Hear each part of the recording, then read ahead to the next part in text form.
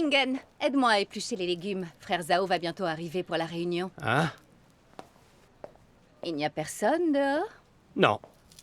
Le PCC n'arrête pas de changer de tactique pour éliminer la foi religieuse et surveiller les chrétiens. Il nous espionne, nous questionne. C'est tout simplement ignoble. Hein? Nous devons veiller à ce que les lieux soient sûrs, que les frères et les sœurs puissent se réunir sans inquiétude. Hein? Hé, c'est important. Peux-tu arrêter de me répondre en monosyllabes? Hein? Hé! Oh. Qu'est-ce qui te tracasse? Oh, rien.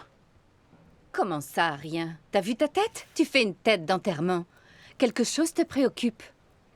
Eh bien, c'est les élections à l'église. Ah oui?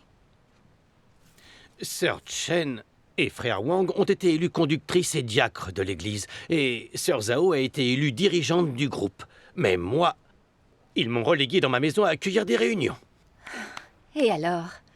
Tu penses que c'est en dessous de tes compétences? Eh bien, j'y ai réfléchi. Quand je croyais au Seigneur, je travaillais à l'église et donnais des sermons. Il y a presque 1 an que j'ai accepté l'œuvre de Dieu des derniers jours. Donc, je devrais au moins avoir un poste de dirigeant au sein de l'église, non? Je comprends pourquoi tu as l'air vexé depuis plusieurs jours. Tu veux être dirigeant et organiser les réunions ne te satisfait pas. Non, pour être honnête, voilà ce que je pense. Il y a beaucoup de travail à faire à l'église en ce moment, et ils ont besoin d'aide. Que je veuille être un dirigeant est conforme à la volonté de Dieu, n'est-ce pas? Je vois. Quoi? C'est bien de vouloir être un dirigeant et d'accomplir la volonté de Dieu. Mais es-tu conscient des réalités de la vérité? Peux-tu utiliser la vérité pour résoudre les difficultés et les problèmes de nos frères et Qui sœurs? dit que je ne peux pas? Peux-tu guider nos frères dans leur expérience des paroles de Dieu? Je suis Sans les entièrement... réalités de la vérité, comment peut-on guider les autres, hein? Penses-tu que ce soit la même chose que de prêcher la religion? Hein? Quand il te suffisait de parler de connaissances bibliques, de théologie et de témoigner de la bénédiction, de la grâce, du travail et de la souffrance. Ah, laisse tomber. Mingen, réfléchis un peu. Depuis que tu crois au Seigneur, tu as travaillé et tu as souffert, d'accord, c'est vrai. Mais à présent, tu ne peux même pas obéir en accueillant une réunion. Ça veut dire que tu n'as pas changé. Ce n'est pas un véritable repentir. Comment ça? Je n'ai pas accompli un vrai repentir et un vrai changement? Oui, j'ai mon opinion sur mes devoirs d'accueillir des réunions. Mais je l'ai quand même accepté et j'ai obéi. Oh. Avant, je ne me soumettais jamais à qui que ce soit. Mais maintenant, je peux accepter tout ce qu'on me dit. Et je me contente d'être le plus humble de tous. C'est bien du repentir et un changement, non? C'est une obéissance apparente, mais pas une obéissance qui vient du cœur. Comment peux-tu appeler ça un repentir sincère? Très bien, alors explique-moi. Si ça, ce n'est pas un repentir sincère, qu'est-ce qu'il est? Ce qu'il est, c'est... Oui. Je ne peux pas t'expliquer. Ah. Demande à frère Zhao tout à l'heure. Tu parles, mais tu n'y connais rien. Bien sûr que je m'y connais, c'est toi qui as tort. Ah, laisse tomber. Je vais ouvrir. Ah, c'est toi, entre. Merci. Bonjour, Sœur frère Lee. Zhao, je vais chercher le livre. D'accord.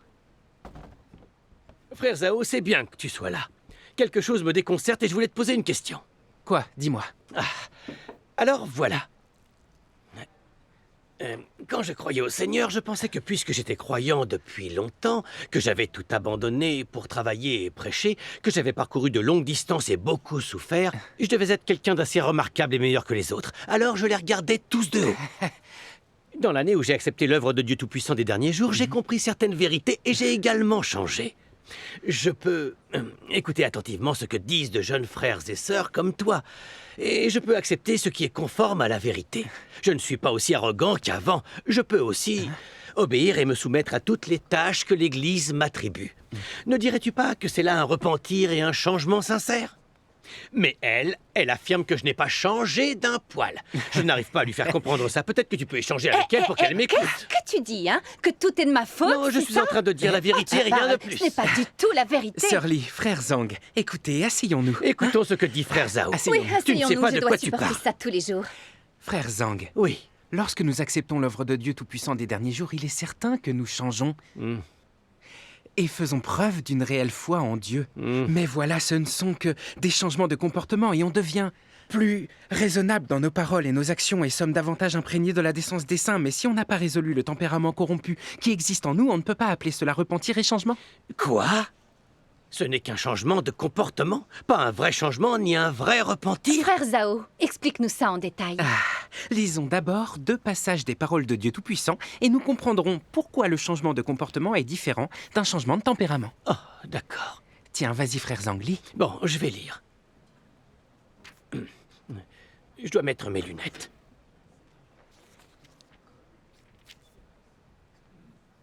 Dieu Tout-Puissant dit... La plupart des gens mettent particulièrement l'accent sur le comportement dans leur croyance en Dieu, ce qui a pour corollaire de laisser s'opérer des changements dans leur comportement. Après avoir cru en Dieu, ils cessent de se disputer avec les autres, de se battre avec leurs prochains et de les insulter. Ils cessent de fumer et de boire. Ils ne volent aucun bien public, que ce soit un clou ou une planche de bois. Et ils vont même jusqu'à ne pas porter plainte devant les tribunaux lorsqu'ils subissent des dommages ou sont lésés. Il ne fait aucun doute que certains changements se produisent dans leur comportement. Parce qu'après avoir cru en Dieu, accepter le vrai chemin leur fait se sentir particulièrement bien. Et parce qu'ils ont aussi goûté à la grâce de l'œuvre du Saint-Esprit, ils sont particulièrement fervents, et il n'y a même rien qu'ils ne puissent abandonner ou faire. Pourtant, après avoir cru pendant 3, 5, 10 ou 30 ans, parce qu'il n'y a pas eu de changement dans leur tempérament de vie, à la fin, ils retombent dans de vieilles habitudes. Leur arrogance et leur dédain grandissent. Et ils commencent à se battre pour le pouvoir et les avantages. Ils convoitent l'argent de l'Église, ils font tout ce qui sert leurs intérêts. Ils sont assoiffés de statuts et de plaisir, et ils deviennent des parasites de la maison de Dieu. La partie qui suit est bien aussi. Je vais la lire. D'accord. Et que prouvent ces faits? Des changements qui s'opèrent seulement dans le comportement ne sont pas durables. S'il n'y a pas de changement dans le tempérament de vie des individus, alors tôt ou tard leur côté méchant se manifestera. Tu ne détiens pas la vérité. Ta vision des choses n'a pas changé, même pas différente de celle des non-croyants. Et tes valeurs et perspectives sur la vie n'ont pas changé. Tu n'as même pas un cœur qui irait vers Dieu, ce qui est le moins que tu doives posséder. Rien n'est plus loin des changements dans ton tempérament. Oh, les paroles de Dieu sont vraiment applicables. Oui. Autrefois, c'était exactement ce que je pensais. Si je ne frappe pas les autres, ne les insulte pas ou ne profite pas d'eux. Si je renonce à tout, me dépense, travaille dur et fais tout ce que me demande l'Église, alors mon repentir et mon changement seront sincères. Mais si je compare ça aux paroles de Dieu, je me dis que je n'ai pas vraiment compris. Les paroles de Dieu le disent très clairement. Quand on croit en Dieu, même si bien sûr on change, que l'on n'est pas aussi arrogant qu'avant, si on est plus humble et tolérant dans ses relations, que l'on continue à répandre l'Évangile et à accomplir son devoir malgré un environnement hostile, et qu'on est incapable de renier Dieu quand on est arrêté et emprisonné par le PCC. Oui. Ce ne sont que des changements de comportement apparents, et ça ne signifie pas que l'on est sincèrement repenti, ou que l'on a changé dans son tempérament de vie. Le changement de comportement provient de l'œuvre du Saint-Esprit, ou de notre enthousiasme, ou de la maîtrise de soi, ou du respect des règles. Ces changements ne durent pas, et ne résistent pas à l'épreuve. Notre nature et notre tempérament satanique, qui nous font résister à Dieu, n'ont pas été résolus. Dès l'instant où l'œuvre de Dieu ne correspondra pas à nos idées, la nature satanique qui nous fait résister à Dieu sera dévoilée. Et nous pourrons nous rebeller contre Dieu, lui résister et même le renier et le trahir. Ne pas changer son tempérament de vie me paraît très dangereux. Exact. Il y a une grande différence entre le changement de comportement et le changement de tempérament. Oui. C'est ça. C'est exactement comme les pharisiens juifs. Ils ont voyagé dans le monde entier pour répandre leur foi, ont interprété l'évangile pour les gens, leur ont appris à respecter la loi. On les disait très spirituels et très pieux, ils semblaient être très obéissants envers Dieu. D'après leur comportement, il vous semble qu'il n'y a aucun problème, n'est-ce pas? Oui. Alors pourquoi ont-ils cloué le Seigneur Jésus sur la croix? Parce que de nature, ils étaient arrogants et moralisateurs, ils détestaient Dieu et la vérité, et donc, même s'ils savaient très bien que ce qu'exprimait le Seigneur Jésus était la voie de la vérité, ils ne la cherchaient pas, ne l'examinaient pas, et tentaient de résister au Seigneur Jésus et de le condamner. Qu'est-ce que cela prouve? Ça prouve que toutes leurs bonnes actions étaient de l'hypocrisie. Ils le faisaient pour tromper les gens. Exact. Si les gens font seulement preuve d'un bon comportement sans changer leur nature satanique, ils peuvent encore résister à Dieu. Et quand tu l'expliques comme ça me fait penser au pasteur Wu de mon ancienne église. Il était apparemment humble et gentil et habituellement affectueux avec les autres. Quand il priait, il était si repentant qu'il pleurait. Il semblait vraiment très pieux. Mais quand il a entendu parler de l'œuvre de Dieu Tout-Puissant des derniers jours, son attitude a immédiatement changé. Ses yeux sont devenus rouges. Et sans raison, il a jugé, condamné et calomnié Dieu Tout-Puissant et a blasphémé contre lui. Il a aussi insulté et battu les frères et sœurs qui ont témoigné de l'œuvre de Dieu des C'est derniers vrai. jours. Il nous a même incité à les dénoncer à la police. Tout le venin et la rage qui étaient en lui sont ressortis au grand jour. Tu n'as pas idée, frère Zhao. Oui, je n'arrivais pas à le croire. Comment le pasteur Wu, qui d'habitude semblait si humble et gentil, a-t-il pu devenir si méchant en un clin d'œil? Oui, Quelle différence y a-t-il entre lui et les pharisiens? il n'y a aucune différence. Exactement. L'exemple des pharisiens, des pasteurs et des anciens rend le problème très clair. Exact. On a beau effectuer beaucoup de bonnes actions, ce n'est pas un repentir et un changement sincère. Vous savez, sans cet échange, je n'aurais pas été capable de voir ça clairement. Ah, Dieu merci. Alors, Mingen, tu vas admettre que j'ai raison maintenant? Écoute-toi, toujours à remuer le couteau dans la plaie. Je ne comprends pas la vérité, donc je la recherche, n'est-ce pas? Ah d'accord, tu cherches, tu cherches. Oui, plus on en parle, plus on échange sur la vérité, plus elle devient claire. C'est juste. Absolument. Frère Zhao, Oui. échangeons davantage sur ce qu'est un repentir sincère. Un repentir sincère, c'est un changement dans le tempérament de vie de la personne, une obéissance sincère à Dieu et la capacité à accomplir la volonté de Dieu. Si nous lisons la parole de Dieu Tout-Puissant, nous le comprendrons encore plus clairement. C'est vrai. Je vais lire. D'accord. Voilà, ce passage. Entendu. Une transformation dans le tempérament se réfère principalement à une transformation dans votre nature. La nature n'est pas quelque chose de visible à partir des comportements extérieurs. La nature implique directement la valeur et la signification de l'existence des gens. Elle implique directement les valeurs de la vie humaine, les choses profondes dans l'âme et l'essence des gens. Si les gens ne pouvaient pas accepter la vérité, ils n'auraient aucune transformation dans ces aspects. C'est seulement si les gens ont expérimenté l'œuvre de Dieu et sont pleinement entrés dans la vérité, ont changé leurs valeurs et leur point de vue au sujet de l'existence et de la vie, ont considéré les choses de la même manière que Dieu et sont devenus capables de se soumettre et de se dévouer complètement à Dieu, que l'on peut dire que leurs tempéraments ont changé. Donc un changement de tempérament signifie un changement de notre nature. Un changement de tempérament, ce n'est pas être capable de travailler, de renoncer ou de se dépenser pour Dieu, et ce n'est pas avoir l'air pieux ou faire des bonnes œuvres. Cela signifie que l'on vit de l'œuvre de Dieu, que l'on comprend la vérité. C'est en venir à connaître la vérité de notre propre corruption par Satan. C'est voir à quel point nous sommes laids et méprisables lorsque nous vivons selon notre tempérament corrompu, et en tirer un véritable dégoût de notre nature satanique. Cela nous amène à un vrai repentir et nous rend disposés à rechercher la vérité et à vivre selon la parole de Dieu. Ainsi, cela produit en nous un changement de point de vue, nous rend capables de résoudre notre tempérament et notre nature satanique qui résiste à Dieu. Ça nous permet de craindre Dieu et de nous éloigner du mal. Ainsi, plus jamais nous nous rebellerons contre Dieu, quelles que soient les circonstances. Nous pourrons obéir à Dieu, lui être compatible et accomplir sa volonté. C'est ça le changement de tempérament. C'est ce qui signifie un repentir sincère. Oh, je comprends maintenant. Le but d'un repentir sincère, c'est principalement de changer la nature satanique qui nous fait résister à Dieu. Nous pourrons alors vraiment obéir à Dieu et changer notre tempérament de vie. Mais frère Zhao, Oui. c'est quoi exactement une nature satanique? Oui. Une nature satanique est composée de divers tempéraments et poisons sataniques. Ah, Pendant des milliers d'années, Satan a utilisé les théories fallacieuses et les mensonges de rois, des démons et de grands hommes pour tromper et corrompre les gens. Des idées comme « le Sauveur n'a jamais existé »,« votre destinée est entre vos mains »,« chacun pour soi et advienne que pourra »,« être un érudit, c'est être au sommet de la société »,« les intellectuels gouvernent les autres, les ouvriers sont gouvernés par les autres ». Quoi d'autre? je suis mon propre Seigneur dans les cieux et sur terre. Le droit appartient aux gagnants, les perdants ont toujours tort. Les hommes devraient toujours s'efforcer d'être meilleurs que leurs contemporains. Où qu'il aille, un homme laisse son nom derrière lui, comme une oie émet son cri Oui. quand elle vole. L'arbre vit pour son écorce. Mhm. L'homme vit pour son visage, l'homme lutte vers le haut, Tout l'autre à roule fait, vers le bas. exact. Et il existe bien d'autres philosophies sataniques. Ces poisons sataniques sont profondément enracinés dans nos cœurs et ils sont devenus notre nature et notre vie. Ils contrôlent fermement ce que nous pensons et ils ont déformé notre point de vue sur la vie et les valeurs. Nous adorons le mal et nous voulons toujours être au-dessus des autres et au-devant de la foule. Nous voulons tout commander et nous ne voulons pas obéir à l'orchestration et aux arrangements de Dieu. Nous nous battons et complotons les uns contre les autres pour la gloire et le gain. Nous nous trompons, utilisons, tuons et nous piégeons les uns les autres. Tandis que notre tempérament devient de plus en plus arrogant, égoïste, rusé et cruel. Nous haïssons la vérité, nous renions Dieu et lui résistons.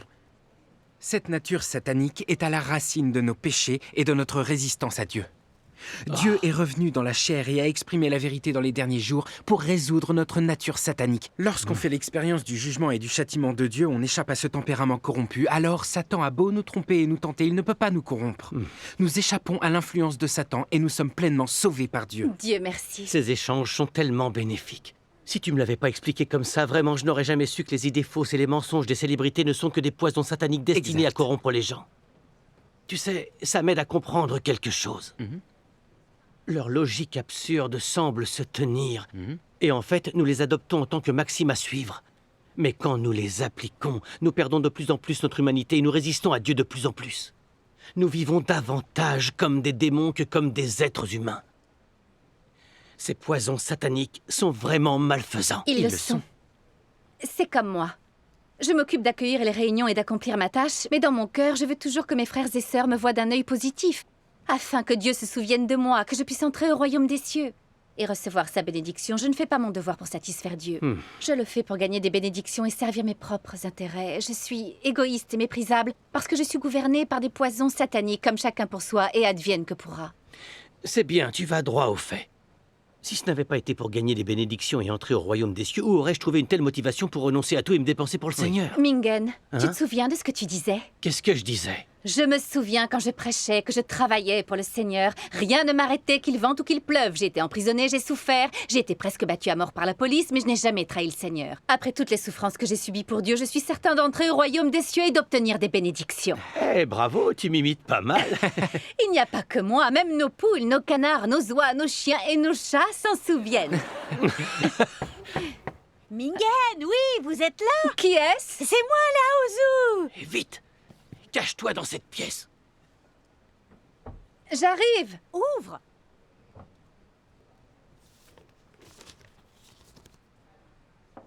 Lao Zhu, tu as besoin de quelque chose? Ai-je besoin d'une raison pour te voir? Il n'y a pas meilleur ami qu'un voisin quand on est dans le besoin. Et puisque nous sommes voisines, pas besoin de prétexte pour se voir.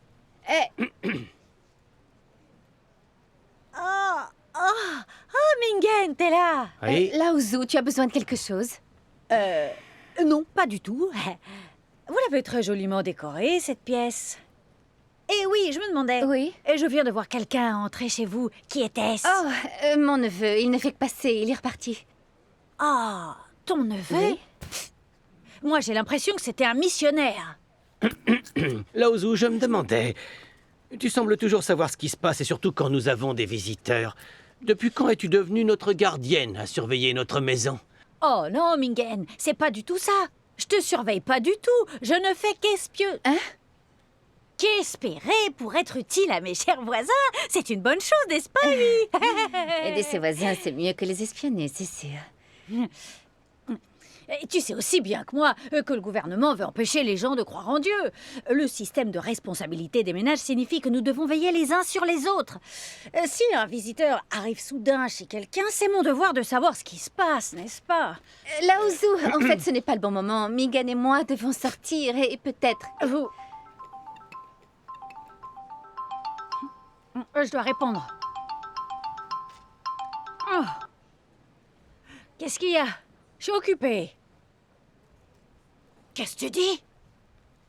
T'as perdu mon petit-fils? Non, mais c'est incroyable. Eh bien, cherche-le, va le chercher tout de suite au lieu de m'appeler. Oh, t'es le mari le plus inutile que je connaisse, espèce de bon à rien. Zhu, Comment tu t'as t'en pu vas? faire mon petit-fils? Non, pas mon petit-fils. Ah, il me tue. Ah, cette femme est ridicule. Frère Zhao, tu peux sortir. D'accord. Le PCC utilise le système de responsabilité des ménages pour avoir l'œil sur tout et empêcher les gens de croire en Dieu. C'est totalement diabolique. C'est vrai. Allez, ne laissons pas les perturbations de Satan nous restreindre. Frère Zhao, continuons notre réunion. Bien. Oui, frère Zhao, continue, s'il te plaît. D'accord. Après cet échange, nous savons à présent qu'un changement de comportement n'est pas la même chose qu'un repentir sincère. Et que ça ne veut pas dire que le tempérament de vie de quelqu'un a changé. J'ai moi-même vécu cela d'une certaine façon. Ah oui? Raconte-nous. Lors de la dernière élection à l'église, j'étais sûr d'être choisi comme dirigeant de l'église. À ma grande surprise, sœur Anne a été élue à ce poste. Je dois dire que ça m'a contrarié. Je croyais en Dieu depuis plus longtemps qu'elle. J'avais bien plus souffert et donné de moi-même qu'elle, et je suis un peu plus éduqué qu'elle. Alors pourquoi l'avait-il choisi plutôt que moi? Je me demandais ce que mes frères et sœurs pensaient vraiment de moi. Quand sœur Anne m'a donné du travail, j'ai obéi. En apparence, mais en mon fort intérieur, j'en avais pas envie. Je n'étais pas aussi enthousiaste à la tâche qu'avant. Et spirituellement, j'avais des idées particulièrement noires. Que s'est-il passé?